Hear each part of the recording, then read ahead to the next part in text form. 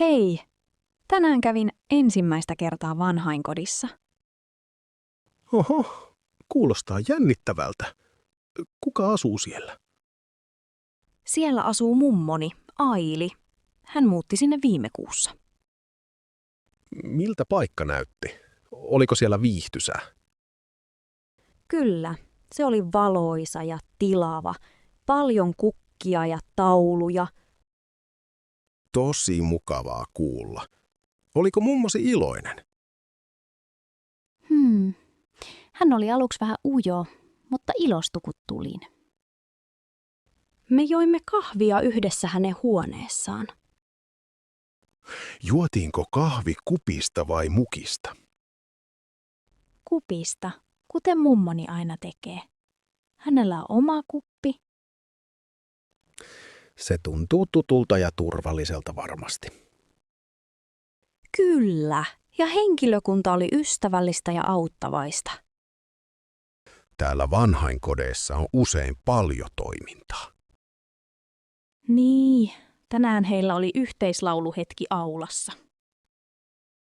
Laulut olivat vanhoja suomalaisia kansanlauluja. Oi, tykkään niistä. Tiesitkö, että Suomi on laulun maa? Niin olen kuullut. Mummoni lauloi mukana iloisesti. Tuliko sinulle hyvä mieli siitä hetkestä? Kyllä. Olin iloinen nähdessäni mummon hymyilevän. Kestikö vierailu pitkään? Olin siellä melkein 2 tuntia. Aika meni nopeasti. Tapasitko muita asukkaita? Juttelin hieman hänen naapurin kanssa, Eino-niminen herra. Kuulostaa mukavalta. Oliko hän puhelias? Kyllä. Eino kertoi nuoruuden tarinoita Helsingistä. Hän sanoi, että vanhainkodissa on hyvä ruoka. Ruoka on tärkeää. Mitä he söivät tänään? Lounaalla oli hernekeittoa ja jälkiruoksi pannukakkua. Oi, suomalainen pannukakku on herkullista. Oletko muuten käynyt vanhainkodissa aiemmin? Olen käynyt. Oma isoisäni asui sellaisessa Turussa.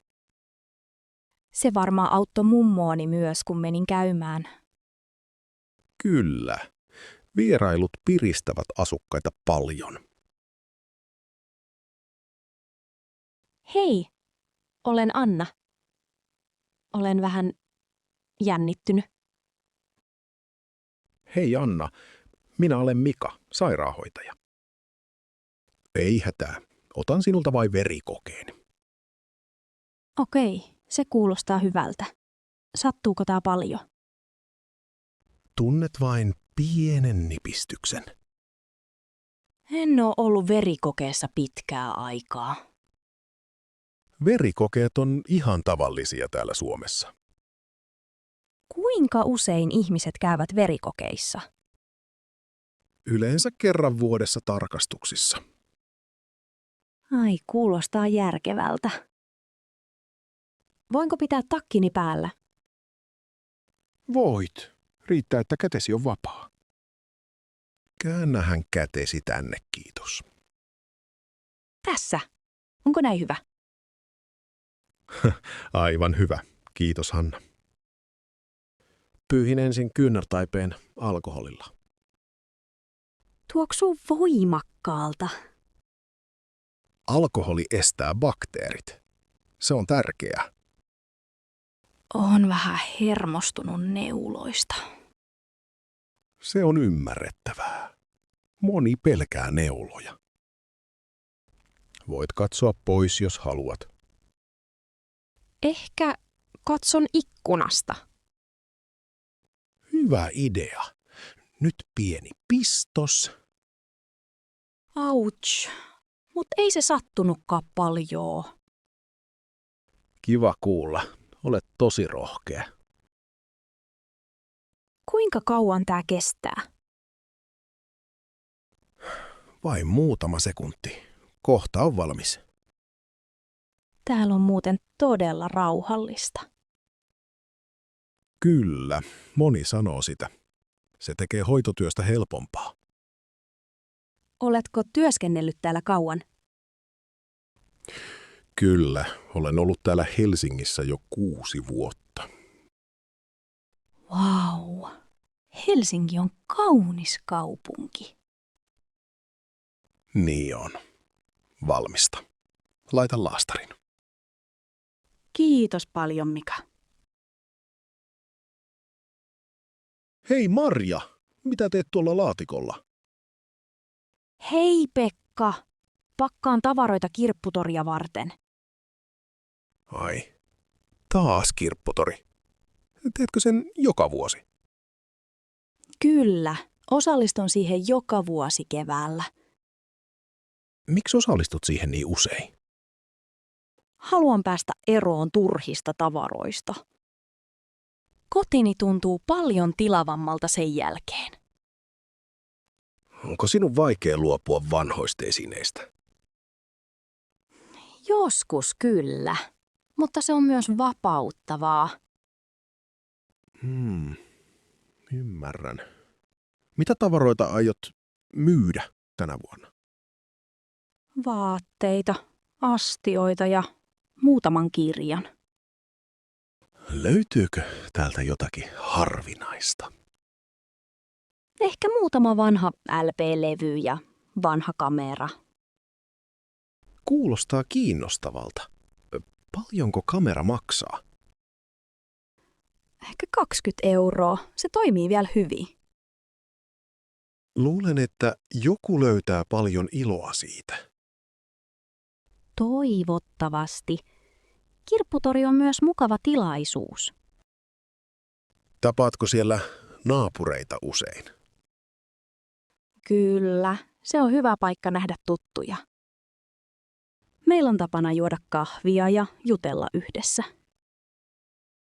Kuulostaa hauskalta. Opitko aina jotakin uutta? Aina. Opin esimerkiksi uuden reseptin viime vuonna. Oletko koskaan löytänyt itse jotakin?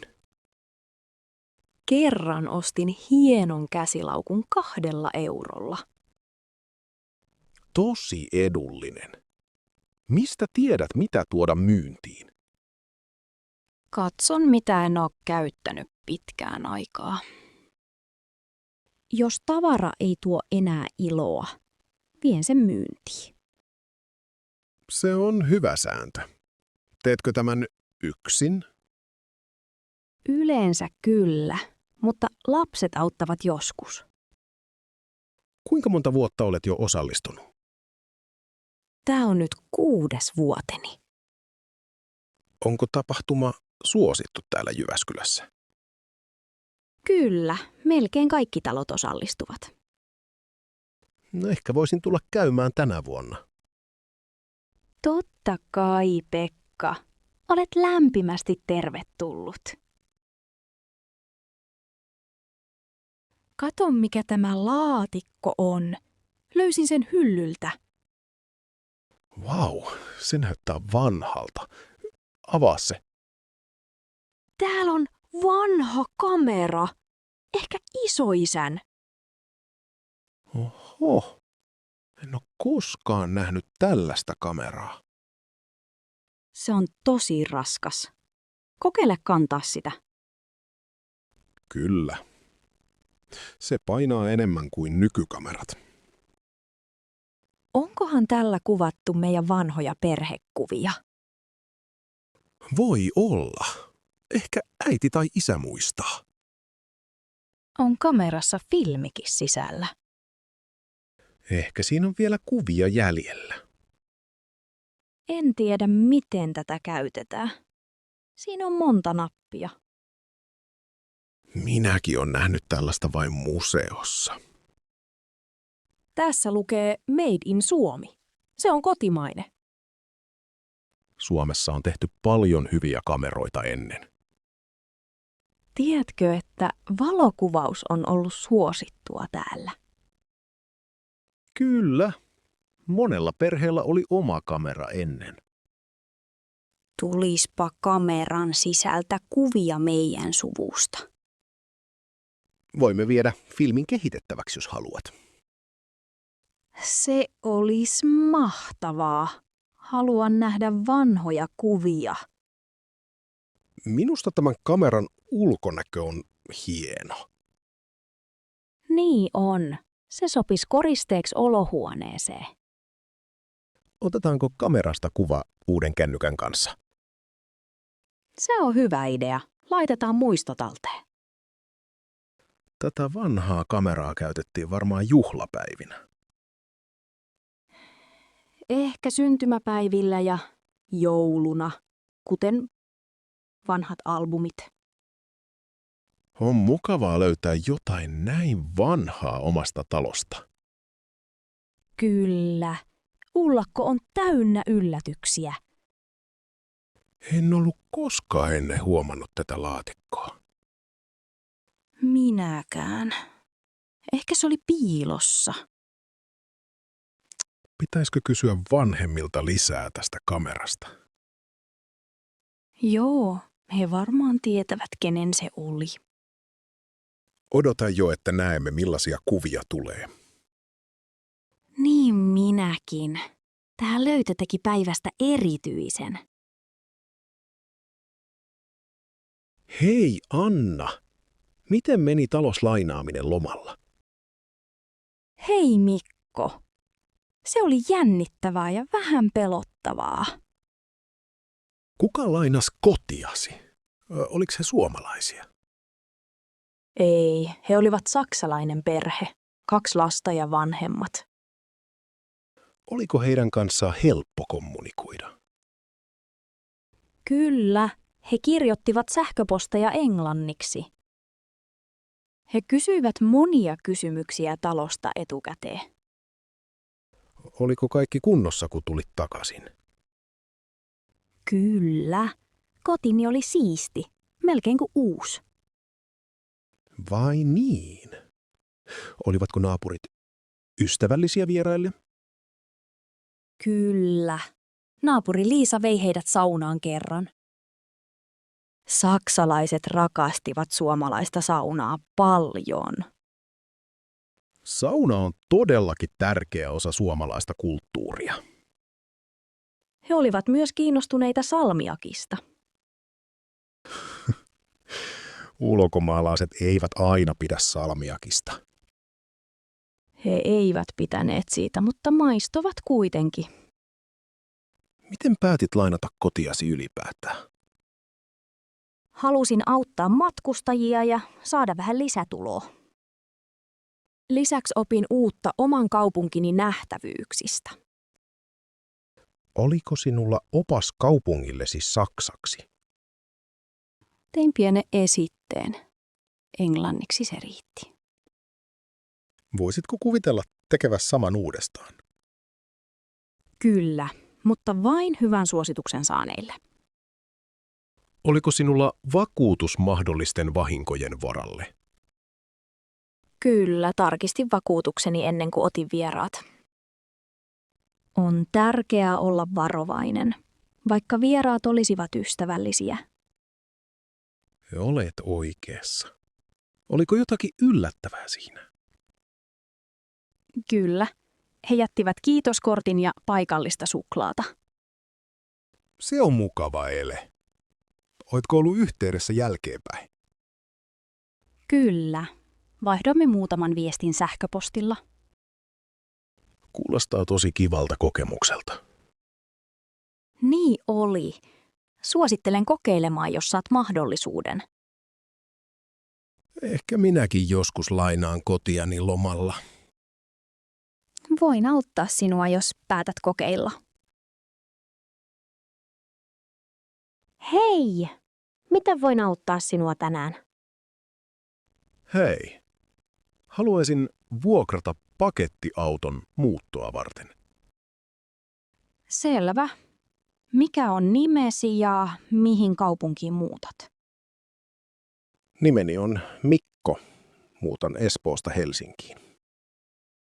Kuinka monta päivää tarvitset auton? Tarvitsisin sen 2 päiväksi, kiitos. Voimme tarjota pientä tai suurempaa pakettiautoa. Suurempi olisi parempi. Minulla on paljon tavaraa. Hyvä valinta. Meidän isoin pakettiauto on Peugeot Boxer. Kuulostaa sopivalta. Onko se helppo ajaa? Kyllä. Se on automaattivaihteinen ja helppo käsitellä. Hienoa! Sisältyykö vuokraan vakuutus? Kyllä. Perusvakuutus sisältyy hintaan. Voinko lisätä toisen kuljettajan sopimukseen? Toki toinen kuljettaja onnistuu pienellä lisämaksulla. Entä paljonko polttoaine maksaa? Polttoaine ei sisälly hintaan. Saat tankin täynnä. Palautathan auton myös tankki täynnä. Selvä. Se käy minulle hyvin. Suomessa on paljon itsepalveluasemia. Ne ovat käteviä. Kiitos vinkistä. Saako auton noutaa nyt heti? Kyllä. Auto on vapaa heti. Tarvitse vain ajokorttisi. Tässä ajokorttini. Tarvitsetko muuta henkilötodistusta? Ajokortti riittää. Täytä nyt vuokraussopimuksen. Voinko maksaa pankkikortilla vai tarvitsetko käteistä? Voit maksaa pankkikortilla. Meillä käy myös MobilePay. Maksetaan kortilla, kiitos. Hienoa. Tässä ovat avaimet ja ohjeet auton käyttöön. Muista tarkistaa renkaat ja valot ennen ajoa. Totta kai. Tarkistan ne ennen lähtöä. Jos tarvitset apua, asiakaspalvelumme on aina auki. Kiitos paljon avusta. Odotan jo muuttopäivää. Onnellaa muuttoon. Toivottavasti kaikki sujuu hyvin. Hei Anna, huomasin, ettei täällä ole enää televisiota. Hei Matti. Kyllä, poistin television viime viikolla. Oho, miksi päätit tehdä niin? Huomasin, että katsoin liikaa ohjelmia joka ilta. En ehtinyt lukea tai tehdä mitään muuta. Ymmärrän. Mutta eikö TV ole hyvä rentoutumiseen? On se joskus, mutta halusin kokeilla jotain muuta. Nyt minulla on enemmän aikaa perheelle ja ystäville. Kuulostaa hyvältä. Mitä teet iltaisin ilman televisiota? Luen kirjoja tai menen pitkälle kävelylle merenrantaa. Joskus pelaan lautapelejä tyttäreni kanssa. Oletko huomannut jotain muutosta elämässäsi? Kyllä, nukun paremmin ja olen rauhallisempi. Onko tyttäresi pitänyt tästä uudesta tavasta? Aluksi hän kaipasi piirrossarjoja, mutta nyt hän leikkii enemmän. Piirtäminen ja askartelu kiinnostavat häntä nyt paljon. Tiesitkö, että Suomessa katsotaan paljon televisiota? Monilla on tapana syödä iltapalaa TV:n ääressä. Kyllä tiedän, mutta on myös joitain, jotka eivät omista televisiota. Lapset oppivat helposti uutta ilman ruutuaikaa. Miten vieraasi reagoivat, kun huomaavat TV:n puuttuvan? Useimmat ovat yllättyneitä ensin. Mutta kun juttelemme rauhassa, he unohtavat television. Mietin nyt itsekin, pitäisikö vähentää TV:n katselua. Voit kokeilla viikon ilman TVtä. Se tuntuu erilaiselta. Ehkä vietän 1 viikon ilman uutisia ja sarjoja. Uskon, että huomaat eron. Aika tuntuu pidemmältä. Voit tehdä käsitöitä tai opetella uuden reseptin. Se kuulostaa mukavalta. Oletko katsonut elokuvia tietokoneelta? Joskus katsomme elokuvan läppäriltä viikonloppuisin. Mutta muuten vältän ruutua iltaisin. Kiitos Anna. Sain paljon mietittävää keskustelusta. Ole hyvä, Matti. Kokeile rohkeasti. Se voi yllättää sinut. Mikko, kerroitko joskus järjestänees yllätyssynttärit? Kyllä, ensimmäisen kerran järjestin ne 3 vuotta sitten. Kenellä järjestit juhlan? Järjestin ne ystävälleni Annille.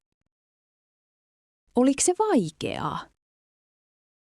Aluksi oli vähän hankalaa, koska piti salata kaikki. Osasiko Anni arvata mitään? Ei ollenkaan. Hän luuli, ettei kukaan muistanut syntymäpäivää.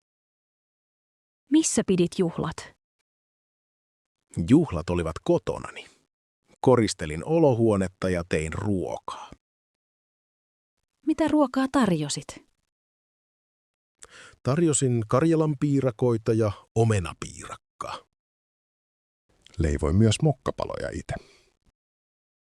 Se kuulostaa herkulliselta. Tuliko paljon vieraita? Kyllä, meitä oli yhteensä 8. Oliko kaikilla hauskaa? Kyllä, pelasimme lautapelejä ja kuuntelimme musiikkia. Laulotteko myös onnittelulaulun? Totta kai. Suomessa syntymäpäivälaulu on tärkeä perinne. Miten Anni reagoi, kun hän tuli juhliin? Hän oli todella yllättynyt ja iloinen. Oliko hänellä tuolloin syntymäpäivä oikeasti samana päivänä? Kyllä, pidimme juhlan täsmälleen hänen syntymäpäivänään.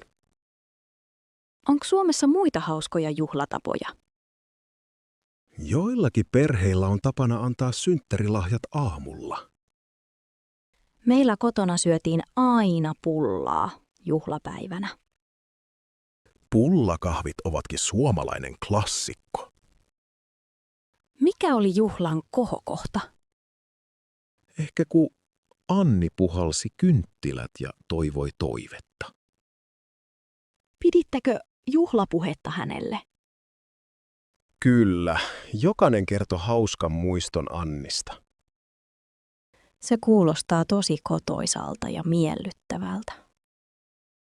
Se oli ikimuistoinen ilta meille kaikille. Järjestätkö vielä joskus yllätysjuhlia? Ehkä tulevaisuudessa. Nyt tiedän, mitä se onnistuu. Onpa tänään kuuma päivä. Eikö vain, Laura? Todella kuuma, Pekka. Tuntuu, kuin sauna olisi kotona.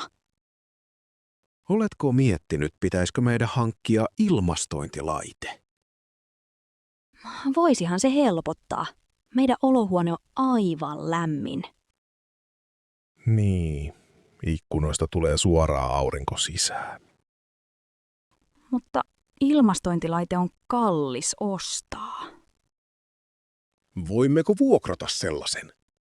Se voi olla halvempi. Vuokraaminen kuulostaa hyvältä. Tiedätkö, mistä voi vuokrata? Katoin netistä. Helsingissä on monta vuokraamoa. Moniko niitä vuokraa näin helteellä? Oli maininta, että laitteet menevät nopeasti. Meidän pitäisi siis toimia pian, ennen kuin kaikki menevät. Voisin soittaa yhdelle paikalle jo tänään. Ajattelitko, että laitamme koneen tänne olohuoneeseen? Joo, tää huone on aina lämpimin iltapäivällä. Mutta paljonko vuokra maksaa viikossa? Näin hinnan. Noin 40 € viikossa. Ei paha, jos siihen sisältyy myös toimitus. Joissain paikoissa se sisältyy, toisissa ei. Meidän täytyy selvittää, voisiko koneen palauttaa helposti. Yleensä ne voi hakea kotoa, kun vuokra loppuu. Kuulostaa kätevältä. Onko paljon paperityötä? Tarvitsee ehkä vain henkilötodistuksen ja osoitteen. Onpa helppoa nykyään. Ennen vaan tuuletettiin ikkunoita. Niinpä, mutta viime kesä Helle opetti kyllä jotain. Viime kesänä Suomessakin oli hellettä monta viikkoa. Totta, ja monet asunnot täällä eivät ole viileitä. Monessa maassa on jo ilmastointilaite vakiona. Se on harvinaista Suomessa, mutta alkaa yleistyä. Ehkä ilmastonmuutos vaikuttaa tähänkin asiaan. Niin, pitäisikö meidän varata laite heti? Kyllä, yritetään saada se vielä tälle viikolle. Hyvä idea. Soitan nyt ja kysyn tilanteen. Kiitos Pekka. Toivottavasti saamme viileyttä pian. Hei Matti, haluan kertoa sinulle tärkeästä asiasta. Hei Sanna, mitä on mielessäsi? Olen päättänyt yrittää adoptoida lapsen. Vau, se on iso päätös. Miksi päätit näin? Olen aina haaveillut perheestä, vaikka olen yksin. Tuntuu, että minulla on paljon rakkautta annettavana. Se kuulostaa ihanalta. Onko prosessi vaikea? Kyllä, se on aika pitkä ja vaativa Suomessa. Pitää käydä monia haastatteluja ja kursseja. Tiedän, että Suomessa adoptiolaki on tarkka. Niin on. Pitää olla valmis moniin asioihin. Olen aloittanut paperityöt jo viime viikolla. Hienoa. Ajattelitko kotimaista vai kansainvälistä adoptiota? Tällä hetkellä ajattelen kotimaista adoptiota. Se voi kestää monta vuotta, eikö vain? Kyllä, joskus jopa 5 vuotta. Oletko puhunut asiasta perheen kanssa? Olen. Äiti ja isä tukevat minua paljon. Onko sinulla jo tietoa lapsen iästä tai taustasta? Ei vielä. Prosessin alussa ei tiedetä paljon. Voiko yksin adoptoida helposti Suomessa? Se on mahdollista, mutta vaatii paljon motivaatiota. Yksinhuoltajat ovat hyväksyttyjä hakijoita. Oletko valmis arjen muutoksiin? Kyllä, olen miettinyt paljon arkea lapsen kanssa. Hyvä. Suomessa tuetaan adoptioita hyvin. Niin, kunta ja järjestöt auttavat paljon. Toivon, että saat pian hyviä uutisia. Kiitos. Jännittää, mutta olen onnellinen. Muista, että et ole yksin tässä. Olen tukenasi. Kiitos Matti. Sinun tukesi merkitsee minulle paljon. Haluatko joskus puhua lisää aiheesta? Ehdottomasti. Puhuminen helpottaa aina. Voimme vaikka kahvilla jutella lisää ensi viikolla. Se on hyvä idea. Kiitos vielä kerran ystäväni.